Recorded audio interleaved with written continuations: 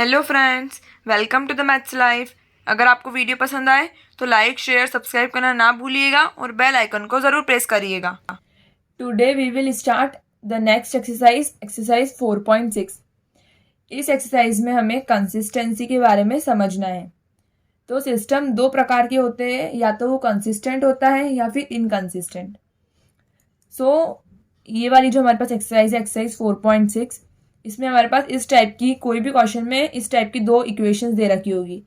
तो उसमें मैट्रिक्स का फॉर्म क्या होता है, AX इक्वल्स टू बी, जहाँ पर एक ऐसी मैट्रिक्स होती है A1, A2, B1 और B2। ये एलिमेंट्स A में आते हैं। X में जो होते हैं वेरिएबल, यहाँ पे वेरिएबल क्या है XY, तो वो वेरिएबल XY X में लिखते हैं।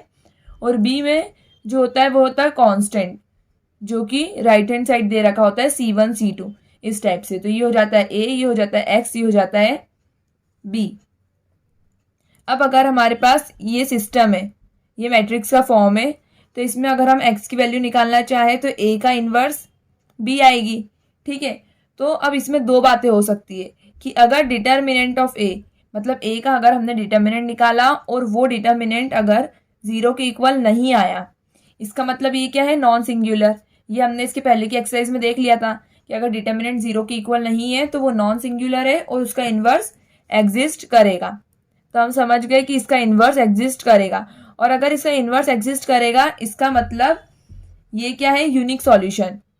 क्या लिखेंगे हमें इसे, यूनिक सॉल्यूशन। इसका इन्वर्स एग्जिस्ट करेगा मतलब क्या है, यूनिक सॉल्यूशन। और यूनिक सॉल्यूशन है इसका मतलब कि ये कंसिस्टेंट है। आपसे इस एक्सरसाइज के क्वेश्चंस में यही पूछेंगे कि आपको बताना है कि ये क्वेश्चन कंसिस्टेंट है या नहीं है। तो हम इसे इस टाइप से फाइंड आउट करेंगे कि अगर डिटर्मिनेंट 0 के इक्वल नहीं आया तो हमें पता है कि उसका इन्वर्स एग्जिस्ट करेगा, और इन्वर्स एग्जिस्ट करेगा इसका मतलब यूनिक सॉल्यूशन है और वो कंसिस्टेंट है। ठीक है, और अगर डिटर्मिनेंट ए का डिटर्मिनेंट अगर 0 के इक्वल आ गया, इसका मतलब वो कैसी है, सिंगुलर। ठीक है, अगर 0 के इक्वल नहीं आया तो नॉन सिंगुलर है, ये तो हमें पता ही है। और 0 के इक्वल आ गया तो सिंगुलर है। इस केस में हम क्या करेंगे, इस केस में भी हमें ये तो प्रूफ करना ही है कि कंसिस्टेंट है कि इनकंसिस्टेंट। तो इस केस में हमारे पास दो पार्ट आते हैं। उसमें हम क्या करेंगे, एडजॉइंट निकालेंगे, ए का एडजॉइंट निकालेंगे और उसका मल्टीप्लाई बी के साथ करेंगे। ये जो बी है कांस्टेंट, ठीक है, उसके साथ करेंगे। अगर वो 0 के इक्वल आ जाता है, ठीक है, तो क्या होता है, इनफाइनाइटली मैनी सॉल्यूशन। अगर वो 0 के इक्वल आ जाता है तो इनफाइनाइट मैनी सॉल्यूशन ये हो सकता है, या फिर नो सॉल्यूशन ये हो सकता है। दो केस हो सकते हैं, और इन दोनों ही केस में या तो सिस्टम कंसिस्टेंट होगा या फिर सिस्टम इनकंसिस्टेंट होगा। ठीक है, तो इसमें हमारे पास कंफर्म नहीं रहता है कि सिस्टम कंसिस्टेंट है या फिर इनकंसिस्टेंट। तो ये हमें इसी के थ्रू पता चलता है। अगर इनफाइनेटली मैनी सॉल्यूशन होगा तो सिस्टम कंसिस्टेंट होगा, नो सॉल्यूशन होगा तो सिस्टम इनकंसिस्टेंट होगा। ठीक है, और वहीं अगर हमने एडजॉइंट ए का मल्टीप्लाई बी के साथ करा और वो 0 के इक्वल नहीं आया, इसका मतलब नॉट एग्जिस्ट, एग्जिस्ट ही नहीं करता है। इसका मतलब सिस्टम कैसा होगा, इनकंसिस्टेंट। ठीक है, तो हमें तीन चीज समझ में आ गई कि अगर इनवर्स 0 मतलब उसका डिटर्मिनेंट 0 के इक्वल आया तो कंसिस्टेंट होगा, सॉरी 0 के इक्वल नहीं आया तो कंसिस्टेंट होगा, 0 के इक्वल आया तो फिर हम एडजॉइंट ए निकालेंगे और एडजॉइंट ए का मल्टीप्लाई बी के साथ करेंगे। अगर वो 0 के इक्वल आया तो इनफाइनेटली मैनी सॉल्यूशन या फिर नो सॉल्यूशन होगा। तो सिस्टम में भी कंसिस्टेंट और इनकंसिस्टेंट।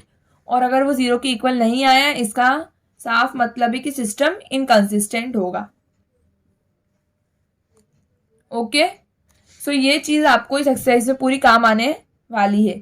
तो अब हम आते हैं एक्सरसाइज पे और करते हैं क्वेश्चन सॉल्व। ओके, नाउ ये हमारे पास है क्वेश्चन फर्स्ट। इसमें हमें दो इक्वेशन दे रखी है। So matrix form of the given equation AX equals to B होता है, ये हम लोगों को पता है।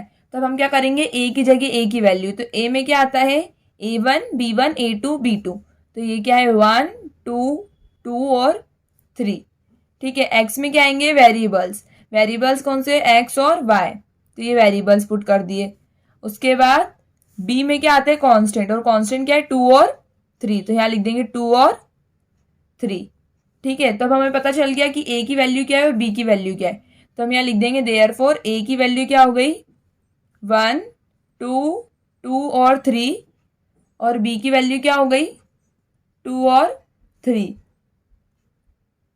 हमें इसमें कंसिस्टेंसी बतानी है कि सिस्टम कैसा है, ये इक्वेशन का सिस्टम कैसा है, कंसिस्टेंट है और नहीं है।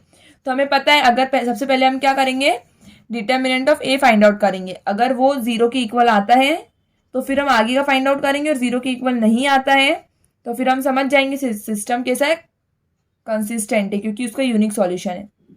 क्रॉस मल्टीप्लाई 3 1 ज़ा 3 माइनस 2 2 ज़ा 4 जो कि क्या हो रहा है -1, जो कि 0 के इक्वल नहीं है।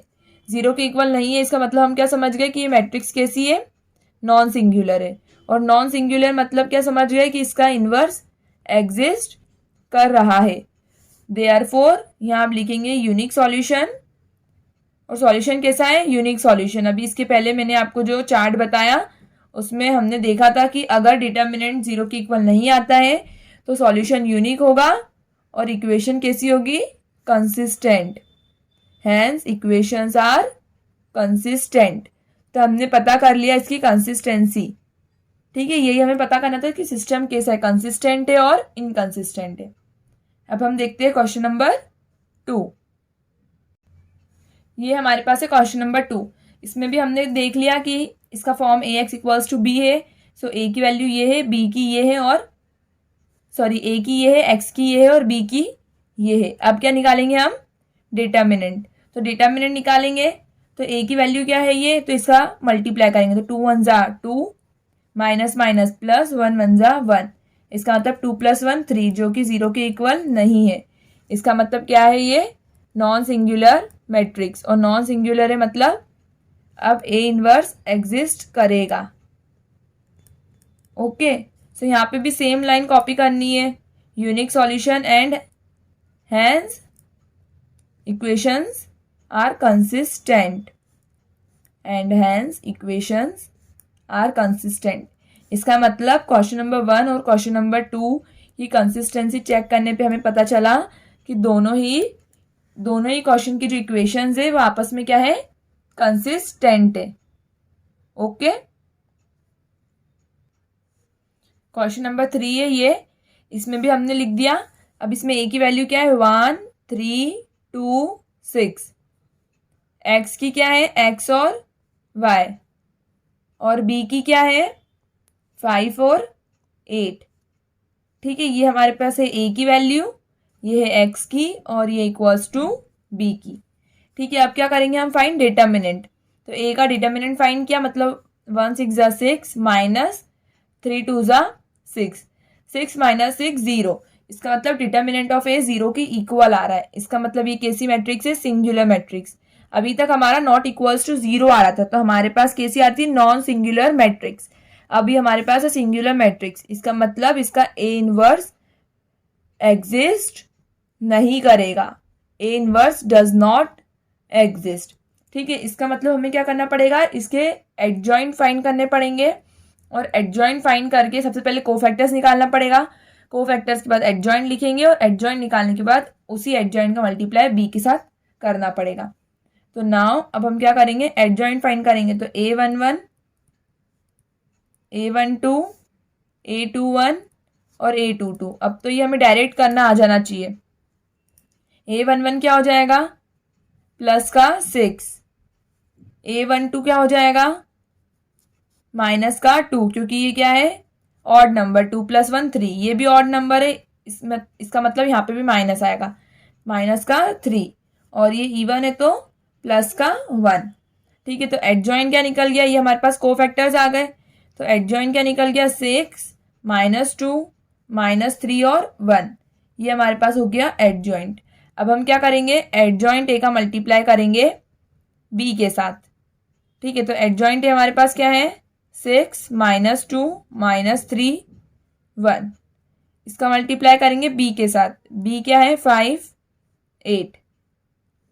ठीक है, तो इसका मल्टीप्लाई क्या आएगा, 6 5 ज़ा 30 माइनस 8 3 ज़ा 24, 2 5 ज़ा 10 माइनस 8 1 ज़ा प्लस 8 1 ज़ा 8। तो 30 - 24 6, और -10 + 8 -2। इसका मतलब एडजॉइंट ए का अगर मल्टीप्लाई हम बी के साथ कर रहे हैं तो उसकी वैल्यू ये आ रही है और ये हमें दिख रही है। अगर ये दोनों एलिमेंट्स इसके 0 होते तो ये इक्वल्स टू 0 आती, बट दोनों एलिमेंट 0 नहीं है। इसका मतलब ये क्या है, नॉट इक्वल्स टू 0। और नॉट इक्वल्स टू 0 की कंडीशन हमने क्या पढ़ी थी कि नॉट एग्जिस्ट, मतलब वो एग्जिस्ट ही नहीं करता है नॉट इक्वल्स टू 0 वाली। क्योंकि हमें पता है जब एडजॉइंट ए का मल्टीप्लाई बी के साथ अगर 0 के इक्वल आए तो फिर वो क्या था, इनफाइनाइट मैनी सॉल्यूशन और नो सॉल्यूशन, और मे बी कंसिस्टेंट और इनकंसिस्टेंट। बट अगर 0 के इक्वल नहीं आता है तो वो नॉट एग्जिस्ट करेगा और देयरफॉर इक्वेशन आर इनकंसिस्टेंट। तो इसकी कंसिस्टेंसी कैसी हो गई, ये हो गया इनकंसिस्टेंट। ओके, सो हमने कंसिस्टेंट टाइप का भी क्वेश्चन कर लिया जिसमें डायरेक्ट हमारे पास डिटर्मिनेंट ऑफ ए से क्वेश्चन सॉल्व हो रहा था, वो भी कर लिया। और जो डिटर्मिनेंट ऑफ ए 0 आ रहा था, जो adjoint A multiply by B से क्वेश्चन सॉल्व हो रहा था, उस टाइप के भी हमने क्वेश्चन एक कर लिया है। ओके, सो आज के लिए इतना ही। आगे क्वेश्चन, अब हमारे पास 3 इक्वेशंस वाले क्वेश्चन है, तो 3 इक्वेशन वाले भी सेम प्रोसेस से होंगे। बस यहाँ पे जो हमारे पास 2/2 की मैट्रिक्स बनी है वो 3/3 की हो जाएगी, ये सब 3/3 के हो जाएंगे। ओके, सब हम नेक्स्ट क्वेश्चन से नेक्स्ट वीडियो में कंटिन्यू करेंगे। सो आई होप आप लोगों को वीडियो पसंद आई होगी। अगर आपको वीडियो पसंद आए तो लाइक शेयर सब्सक्राइब करना ना भूलिएगा और बेल आइकन को ज़रूर प्रेस करिएगा, उसी से आपको आने वाली वीडियो की नोटिफिकेशन मिलेगी। सो प्लीज़ इस वीडियो को ज़्यादा से ज़्यादा लोगों तक पहुँचाइए ताकि ज़्यादा से ज़्यादा लोग आसानी से एक्सरसाइज 4.6 को समझ सके और अपने डिटर्मिनेंट्स चैप्टर को बहुत अच्छे से फिनिश कर सके। Okay, thanks for watching.